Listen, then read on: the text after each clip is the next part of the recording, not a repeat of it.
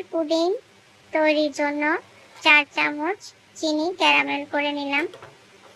আমি যে পাত্রে পুডিংটা বসাবো সেই পাত্রেই ক্যারামেলটা করেছি। এরপর ক্যারামেলটা হয়ে গেলে, লাল হয়ে গেলে আমরা ঠান্ডা হতে দেব। ঘুরিয়ে ঘুরিয়ে চারিদিকে ক্যারামেলটা বসের মতো ঘোরাতে থাকবো। ঠান্ডা হয়ে গেলে সেট হয়ে যাবে। এরপর আমি 4টি ডিম নিয়েছি, 2 পিস পাউরুটি নিয়েছি, সঙ্গে 4 চামচ চিনি, সামান্য একটু লবণ, 2 কাপ মিল্ক, লিকুইড মিল্ক। সবসময় 4 ডিমের জন্য লিকুইড মিল্ক 2 কাপ পরিমাণ দিবেন।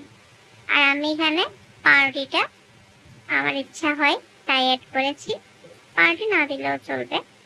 সঙ্গে ভ্যানিলা এসেন্স 1 চামচ মতো। তারপর ব্লেন্ড করে নিলাম। এরপর একটু ছেঁকে নিলাম যাতে কোনো লাম্পস না থাকে। এরপর উনুনে পানি সিদ্ধতে দিয়ে দিয়েছি। পানি সিদ্ধ হয়ে গেলে পুডিংটা বসিয়ে দেব।